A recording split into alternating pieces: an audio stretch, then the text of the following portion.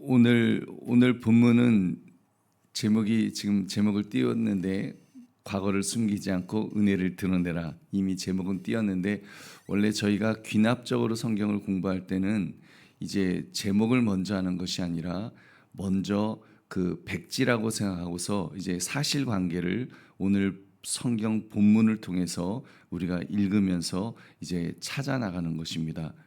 이때 성경을 읽을 때는 반드시 앞뒤 문맥을 생각하면서 우리가 성경을 읽는 것이 굉장히 중요하죠.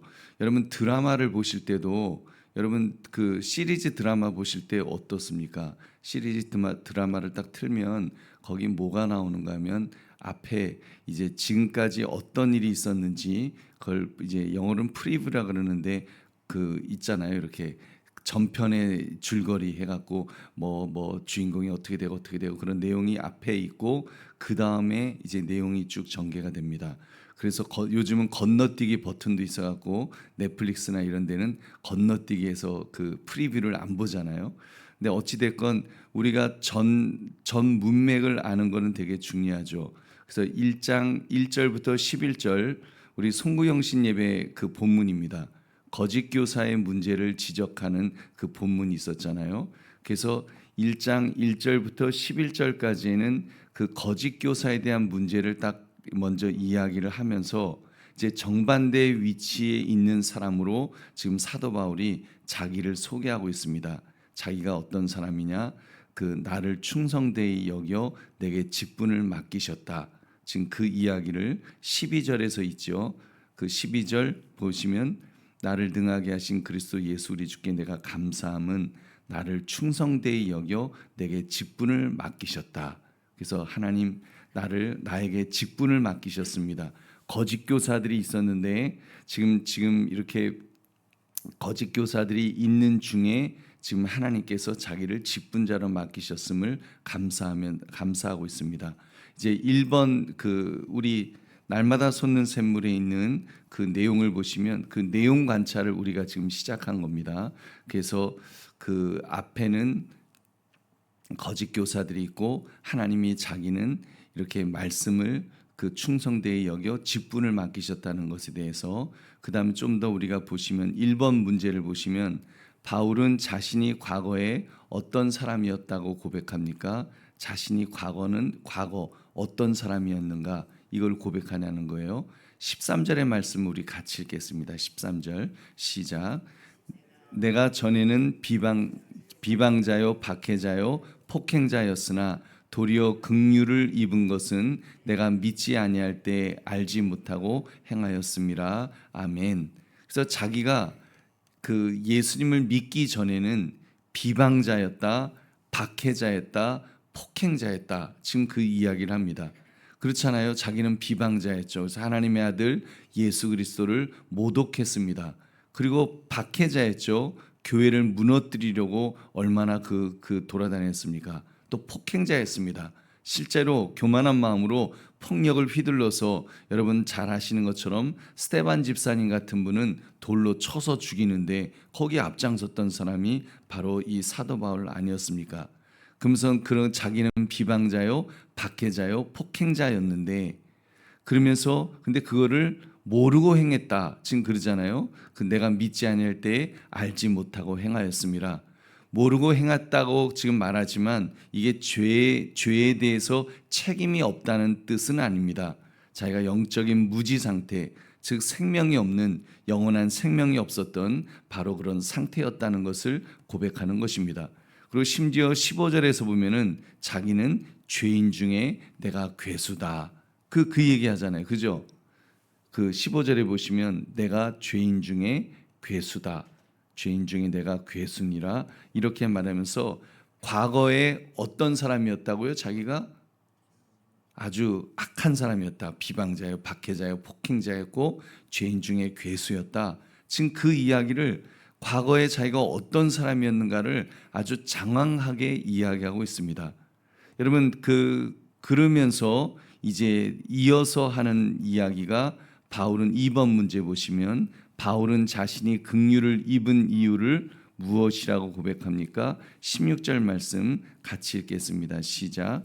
그러나 내가 까닭은 예수 그리스도께서 내게 먼저 일체 오래 참으심을 보이사 후에 주를 믿어 영생 얻는 자들에게 본이 되게 하려 하심이라. 아멘.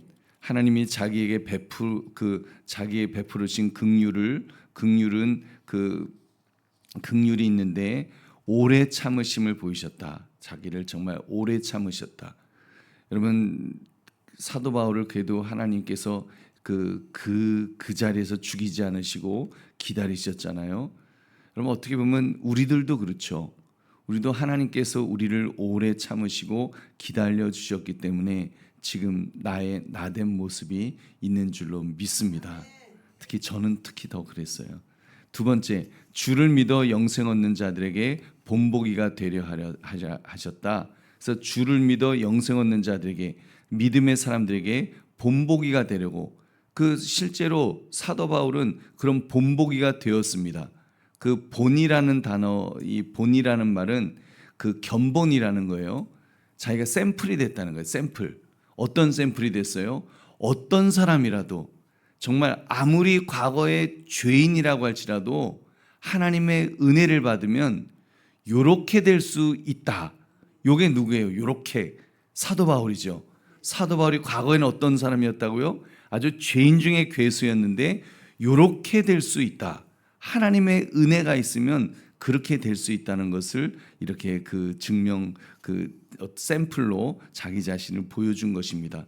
그래서 3번 문제, 이제 연구와 묵상의 3번을 보시면, 바울은 왜 자신의 흉악한 과거를 숨기지 않고 드러낼까요? 여러분 생각해 보세요. 정가자들이 다니면서 내가 정가 있는데 하면서 착한 사람 봤어요? 보통 정가 있는 사람들은 그러잖아요. 자기가 과거에 정가가 있다는 걸 얘기하는 사람들은 협박하려고 할 때 그러잖아요. 내가 별이 몇 개인데 이러면서 이제 협박할 때나 그러지, 착한 사람들은 자기가 정가가 있다는 걸 이야기 안 합니다. 그런데 지금 사도 바울은 자기가 죄인 중에 괴수다고 말하고 자기가 이렇게 나쁜 악한 사람이었다고 지금 이야기하고 있습니다. 이거를요, 배경의 법칙이라는 것이 있어요. 여러분, 배경의 법칙이 뭔지 아십니까? 보석을 이렇게 딱 놓을 때 보석을 꽃무늬 있는 그런 데다가 보석 두는 거 보셨어요?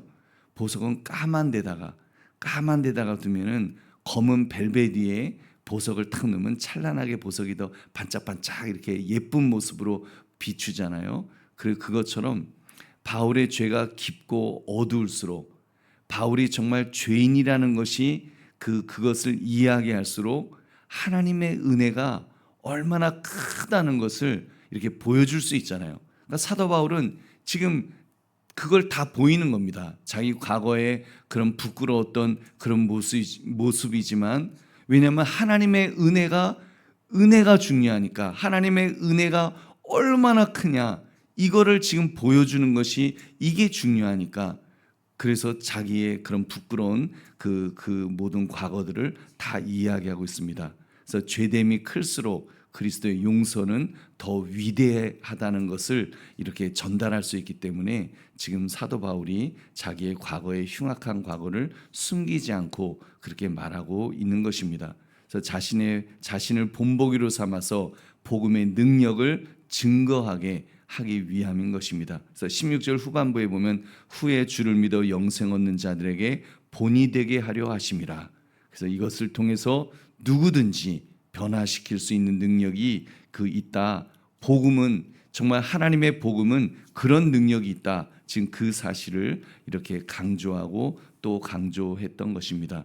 그래서 그러므로 성도의 약함과 실패는 복음 안에서 하나님의 영광을 드러내는 통로가 되는 줄로 믿습니다. 여러분, 여기까지 우리가 함께 성경을 쭉 이렇게 읽어 나가면 이제 제목이 도출이 됩니다. 제목. 과거를 숨기지 않고 은혜를 드러내다. 그런 이유잖아요. 과거를 드러내지 않고 은혜를 드러내다라고 하는 제목이 나오게 된 것은 바로 이 제목이 나올 수밖에 없는 지금 지금 이 우리 본문을 우리가 함께 이렇게 깨닫게 된 줄로 믿습니다. 그렇다면 이제 우리가 말씀을 이제 묵상 연구와 묵상까지 관찰하고 연구와 묵상을 끝냈으면 이제 느낀 점을 이제 내 자신을 돌아봐야죠. 그래서 4번 문제를 우리 같이 읽겠습니다. 4번 문제. 자신의 죄악된 과거를 통해 하나님의 사명을 더 깊이 깨닫고 살아가는 바울의 모습을 보며 무엇을 느낍니까? 아멘. 여러분 무엇을 느끼세요? 이런 모습. 흔히 사람들은 그러잖아요. 나의 약점, 나의 실패, 나의 부끄러운 과거가 있으면 그거를 걸림돌이라고 생각하잖아요. 그걸 걸림돌이라고 생각하는데 바울은 보십시오. 자기의 죄인됨을 사명으로 이렇게 그 사명의 근거로 삼고 있습니다. 그래서 나 같은 자도 살리셨다면 그러면 이제 당신도 하나님이 살릴 수도 있습니다. 왜냐하면 사람들 중에는 그 종교를 갖는다고 하는 거는 어떻게 보면은 그렇잖아요. 자기가 내가 죄인인데 내가 죄가 많은데 내가 어떻게 그 신 앞에 가서 내가 이렇게 신앙생활을 할 수 있겠는가? 이런 마음을 갖는 사람들에게 무슨 말이에요? 나도 제가 지금은 이렇게 성경책 들고 이렇게 다니니까 되게 거룩해 보이시죠? 제가 이렇게 성경책 다니는데 제가 사실은 예수 믿는 사람들 잡아다 죽이던 사람이에요. 지금 그런 얘기를 하면 그 로마 군인이라든지 그런 사람들이 그래요? 나도 사람 많이 죽였었는데 그러면 나도 예수님이 믿을 수 있겠네요. 그럼요. 나 같은 사람도 하나님이 이렇게 복음 증거자로 삼으셨는데 형제님 예수 믿으시면 예수님께서 당신을 변화시켜 주십니다. 그렇게 이제 그렇게 접근할 수 있지 않겠습니까? 그래서 우리가 그런 것들을 우리 자신에게 이렇게 깨닫는 그런 시간이 돼야 될 줄로 믿습니다. 하나님은 또 그다음 우리가 그러면 이제 결단과 적용으로 이제 넘어가죠. 결단과 적용으로 넘어가시면 5번 문제죠. 5번 문제 같이 읽겠습니다. 시작. 하나님께서 내게 맡기신 사명을 부담스럽게 여기거나 외면하고 싶었던 때는 언제입니까? 그래서 여러분 우리가 말씀을 읽었으면 우리가 이렇게 느끼는 것도 중요하지만 느끼는 걸로 끝나는 것이 아니라 느꼈으면 이제 그거를 적용해야죠. 결단하고. 그래서 내가 이 말씀을 가지고 살아야 되겠다. 이때 결단하고 적용할 때는 어떻게 하라고요? 내가 할 수 있는 거. 예를 들면 이 말씀을 적용하고는 내가 이제 우주를 정복해야 되겠다. 이러면 안 되고 예를 들면 내가 대통령을 갖다가 내가 이제 회개시키고 나도 예수 믿은 것처럼 대통령을 갖다가 해야 되겠다. 이거는 사실 실현 불가능한 일이잖아요. 그런 마음은 있지만 그렇게 실현 불가능한 거를 이제 결단하는 것은 좀 아니고 옆에 사람 우리 가족이라든지 아니면 가까운 데 있는 그런 분들에게 내가 이야기를 해야 되겠다. 공장 아저씨 되게 욕 걸지게 하는 아저씨 있는데 그 아저씨한테 한번 내가 복음을 증거해야 되겠다라든지 이제 그런 결단을 해야 될 것입니다. 그래서 하나님께서 내게 맡기신 사명을 부담스럽게 여기거나 외면하고 싶은 때는 언제인지. 그래서 혹시 나는 자격이 없어서 내 과거를 알면 사람들이 실망할 거야 이런 생각 때문에 주저하는 그런 경우도 있겠죠. 여러분 그럴 때 우리가 정말 하나님께서 내게 베풀으신 그 마음, 빚진 마음이 있다면 우리가 가까이에 있는 그런 분들에게도 우리가 복음을 증거할 수 있을 줄로 믿습니다. 또 한 가지 질문이 하나 더 있어요. 결단과 적용에는 이거를 결단하든지 5번의 요 첫 번째 문제를 결단하든지 다음 문제 하나님의 은혜로 구원받은 자로서 맡은 사명을 힘있게 감당하기 위해 무엇을 실천하겠습니까? 그래서 무엇을 실천할지 여러분 그런 것들에 대해서 나의 실패나 연약함을 감추려 하기보다는 그것을 통해 받은 은혜를 가까운 지체에게 나누어 준다든지 예를 들어서 자녀에게 부모의 실수 또는 그 후에 받은 은혜를 솔직하게 고백하는 것도 한 가지 방법이라고 생각합니다. 저는 저희 아이들한테 저의 과거를 살짝 고백을 했어요. 고백을 했는데 어렸을 때는 안 했어요. 왜냐면 어렸을 때는 걔네들이 그런 이야기 듣고, 아유 우리 아버지 뭐 과거에 껌 좀 씹으셨네, 나도 껌 좀 씹어야지, 이렇게 어떤 그 변명의 어떤 이유가 될까봐 이야기하지 않다가 이제 아이들이 군대 갔다 오고 더 이상 이제 탈선할 수 있는 그 기회가 없을 때 그때 이제 이야기했습니다. 이야기하면서 아버지는 아버지에 비하면 너희는 참 훌륭하다. 너희는 나보다 훨씬 낫다. 그러면서 이렇게 이야기를 하고 그런 자기 삶을 이렇게 나누는, 그러면서 하나님이 아버지 같은 사람도 이렇게 쓰셨는데 너희도 하나님께서 이렇게 쓰실 수 있다. 이런 이야기들을 함께 나누는, 여러분 그런 것들 필요하고요. 특히 소그룹에서 이렇게 삶을 나누는 것이 중요한데, 소그룹에서 나눌 때 나의 어떤 약함, 나의 어떤 부족함, 그런 것들을 나눠야지 나눔이 되지요. 나눈다고 하는데 잘난 체 하는 걸로 나누면 큰일 납니다. 서로 성경을 나눈다고 하면서 우리 아들이 잘 됐고 뭐 우리 딸이 잘 됐고 내가 이번에 집을 사갖고 뭐 이렇게 나누면은 그 나눔이 이게 잘 안 되고요. 나의 부족함, 나의 연약함, 이런 것들을 나눌 때 하나님께서 더 큰 은혜를 주실 줄로 믿습니다.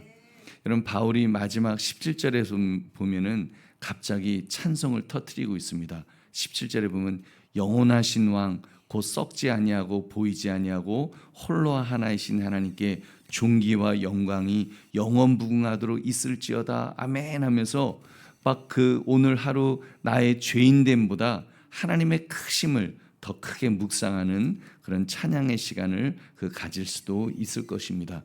그래서 정말 하나님 앞에, 하나님 내가 과거에 그런 사람이었는데 그런 나를 이렇게 직분자로 하나님 세우셨습니다. 정말 하나님 존귀와 영광을 받으십시오 하면서 하나님 앞에 영광을 돌리는 그런 것도 우리의 삶에 적용해야 될 점인 줄로 믿습니다. 여러분 이렇게 오늘 이 말씀을 통해서 오늘 그 제목, 과거를 숨기지 않고 은혜를 드러내다, 과거를 숨기지 않고 은혜를 드러내다. 이게 여러분 뭐 내가 왕년에 껌 좀 씹었다 이거를 하기 위한 것이 아니라 과거를 숨기지 않고 하나님의 은혜. 그래서 그 이야기의 마지막 꽃은 하나님이 영광 받으시도록 나 같은 사람도 하나님이 이렇게 쓰셨습니다 하는 것을 영광 받으실 수 있도록 여러분 그런 은혜가 오늘도 저와 여러분에게 있으시기를 주님의 이름으로 축원합니다. 기도하겠습니다. 하나님 아버지 감사합니다. 오늘 이 주신 말씀 앞에 우리 자신들을 다시 한번 돌아볼 수 있도록 은혜 주심을 감사드립니다. 하나님이 말씀처럼 우리가 참으로 주님 앞에 결단하게 하시고 나의 그런 부족한 모습이 있었음에도 불구하고 나의 나된 것이 하나님의 은혜인 줄로 믿습니다. 오직 우리의 삶에 영광 받으셔야 될 분은 하나님 한 분밖에 안 계신 줄로 믿습니다. 그 하나님 앞에 엎드리게 하시고 그 하나님 앞에 모든 것들을 고백하면서 하나님의 은혜 속에 살아가는 우리의 복된 인생 될 수 있도록 주여 함께하여 주시옵소서. 우리 중에 기도가 필요한 분들을 불쌍히 여겨주시고 저들에게 치료의 강선을 통하여 낫게 해주시기를 원합니다. 우리의 기도 제목을 주님 응답하여 주옵시고 주님 우리의 길을 열어주시기를 원합니다. 우리에게 오늘도 예수 이름 권세를 주셨사오니 우리가 악한 영을 결박하며 담대하게 나가게 하여 주시옵소서. 나사렛 예수 그리스도의 이름 권세를 명하노니 모든 악한 영들은 떠나갈지어다. 모든 병만은 떠나가라. 모든 막힌 것은 뚫릴지어다. 닫힌 것은 열릴지어다. 꼬인 것은 풀릴지어다. 주여 참으로 주님께서 승리하신 것처럼 언제나 승리하며 살아갈 수 있도록 주님 역사하여 주시옵소서. 하나님 우리 나라와 민족을 위해서도 우리가 기도하기를 쉬는 죄를 범하지 않도록 우리를 붙들어 주옵시고 우리가 기도할 때 하나님의 복을 받는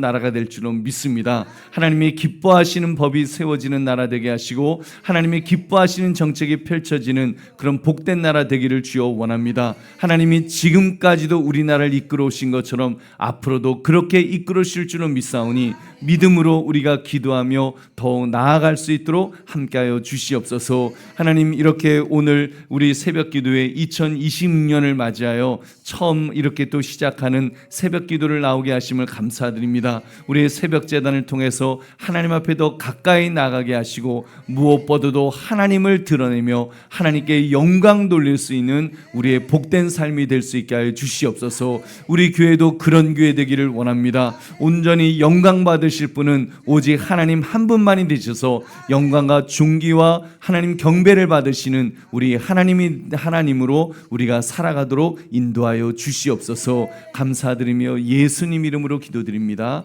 아멘.